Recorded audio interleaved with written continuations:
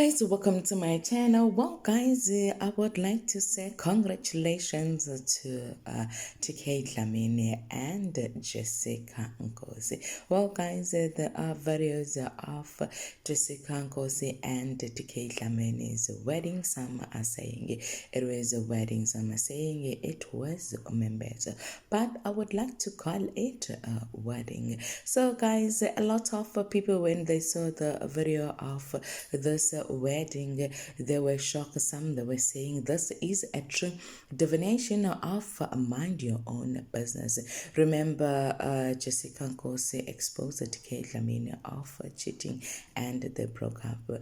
It seems after that they got back together, but Jessica Nkosi never went public about that. Right now, Jessica Nkosi and Dlamini got married, and it was so beautiful. Guys, help me type congratulations to Dlamini and Jessica Nkosi on the comment section.